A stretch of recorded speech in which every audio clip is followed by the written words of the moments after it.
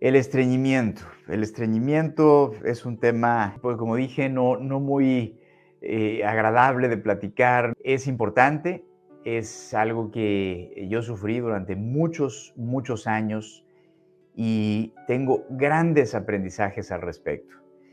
Quise invitar a Nacho también porque él tiene enorme experiencia en ese sentido, tratando a muchos de sus pacientes y tiene herramientas que nos pueden ayudar a facilitar el proceso de curación. Y vamos a invitar a Nacho a que entre aquí con nosotros. Queridísimo Nacho, ¿cómo estás? Hola, ¿cómo estás, Eduardo? Qué gusto todo el Muy público. bien, muchas gracias. Un placer. Muchas gracias por la invitación, Eduardo. Con mucho No, gusto de colaborar. encantado, encantado. Pues Nacho, ¿qué es lo primero que te gustaría decir acerca del estreñimiento?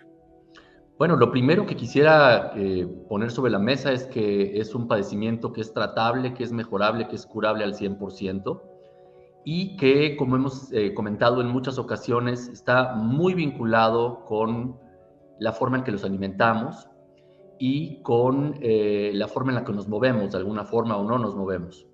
Desde mi Correcto. punto de vista, una alimentación sana y una respiración sana, de la que vamos a hablar en un ratito más, pueden Ujú. ser más que suficientes para realmente darle la vuelta a la página y no vivir de esa forma. Yo veo mucho en mi consultorio casos de estreñimiento, por supuesto, muchísimos, y el estreñimiento tiene matices, Eduardo, o sea, no es eres estreñido, no eres estreñido, sino que de repente hay porcentuales por ahí también, ¿no?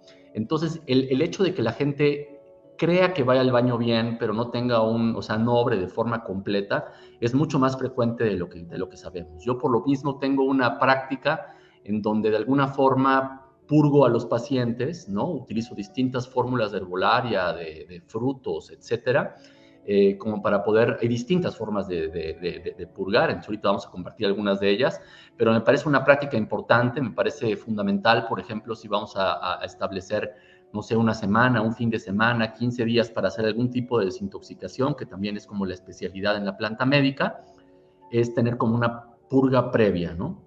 Muy importante que la gente sienta qué es lo que pasa después. O sea, cuando tienes un paciente que según él obra bien, pero que tú ves por medio de un estudio ideológico que tiene demasiadas adherencias en el intestino, etcétera, es una persona que después de 30 días de haber sido purgado y volver a la siguiente consulta, le cambia el rostro, le cambia el brillo en la piel, le cambia el brillo en los ojos y, por supuesto, como hemos comentado muchas veces, también la forma de pensar, ¿no?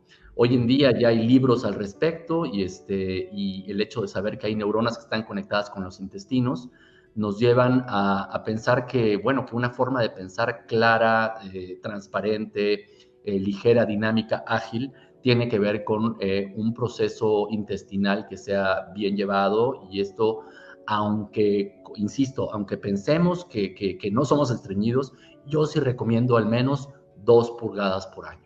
En la Por lo mitad del menos dos año, pulgadas por año. exacto, Ok. al principio de la temporada de lluvias y ahora o a principios de año, muy importante que haya esa dinámica. Una desintoxicación, Exactamente. ¿no?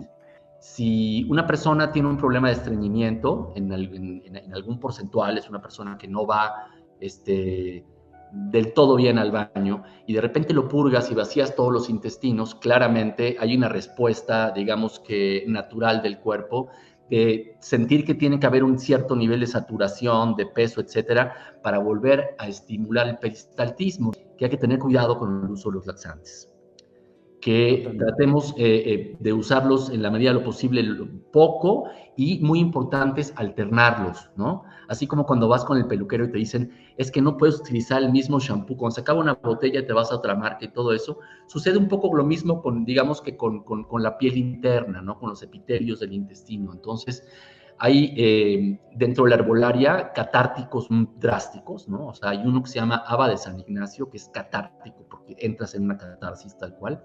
Es una semillita que no te tienes que comer una, con media realmente vas al baño muy bien. Está la casia cena, está la cáscara sagrada, por ejemplo, y están todas las combinaciones.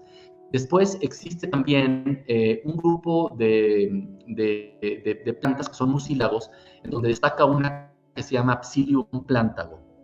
Esta fue conocida por ser digamos que la inspiración para el metamucil, que a lo mejor como estreñido algunos años lo llegaste a conocer, que es básicamente una semilla que se hidrata y se inflama y al mismo tiempo es como una microfibra que ayuda a que haya un tránsito digamos que empujando al bolo fecal. Entonces, también dentro de los frutos hay forma de laxar. Por ejemplo, tú hablabas del tamarindo. Bueno, el tamarindo es un laxante súper conocido. A mí me gusta combinarlo con ciruela pasa. La ciruela pasa también es un muy buen laxante.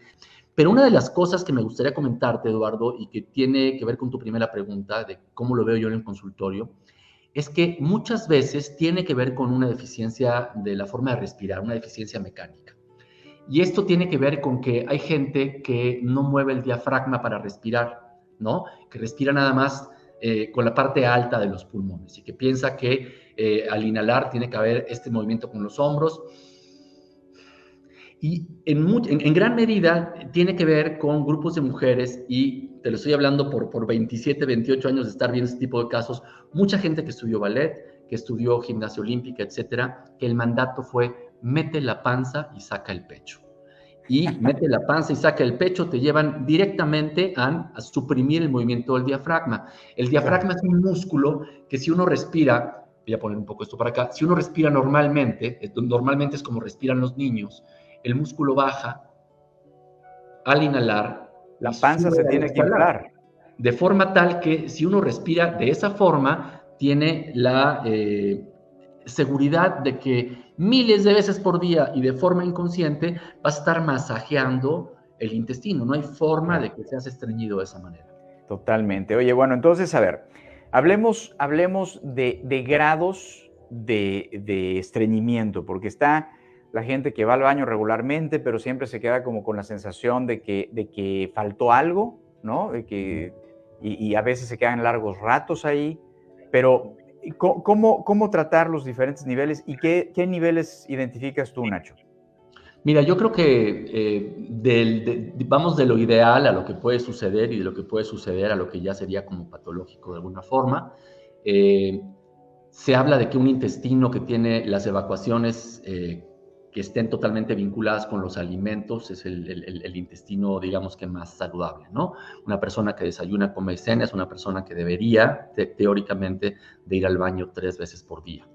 De ahí pasamos a 2 veces por día, en la mañana y en la noche, y donde está, digamos que la mayoría de la gente, que es una evacuación en la mañana. Hay consejos importantes ahí que se podrían compartir que tienen que ver con, de alguna forma, digamos que lo que te impulsa a tener ganas de ir al baño se llama peristaltismo. Es un movimiento peristáltico que tiene que ver con impulsos nerviosos en el intestino grueso que de alguna forma autónoma hacen que haya un movimiento de tal forma por impulsos bioeléctricos y hay una deposición. Entonces, claro. Entonces, Mira, yo creo que hay 3 factores que tendríamos que enumerar aquí, Eduardo. El número 1 tiene que ver con la respiración. Y eso ya lo has enseñado, lo das en tus prácticas. Y creo que es muy importante que la gente aprenda a respirar nuevamente. Tú ves a un niño, generalmente duerme en boca arriba y con la inhalación sube la panza y con la exhalación baja. Es un niño que está respirando de forma completa. Pensar en los pulmones aquí arriba es pensar en un libro de texto que fue equivocado, ¿no? O sea, realmente la monografía. los pulmones bien desarrollados llegan realmente a acariciar las suprarrenales y los riñones. O sea, realmente la capacidad torácica se puede ejercitar. Y hoy en día, con toda esta pandemia que estamos viviendo, creo que es un ejercicio que no solamente les va a venir bien para poder vencer un tema de estreñimiento, sino de oxigenación y de ejercicio pulmonar. El segundo, que es muy importante y creo que la gente de repente lo da por un hecho, es el tema de la hidratación. La hidratación cumple gran parte de la solución del problema. Antes del café, antes de irnos en ayunas a empezar la agenda, tener como la práctica de lavar los intestinos, y para eso el agua es lo mejor.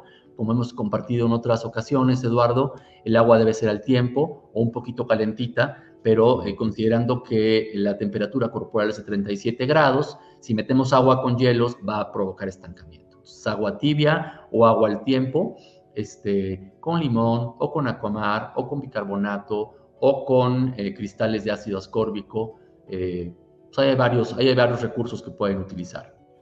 No se den por vencidos. El primer consejo es respirar bien, el segundo es hidratarse y el tercero tiene que ver con la dieta. Entonces, la dieta es evitar por completo las harinas refinadas, particularmente el trigo.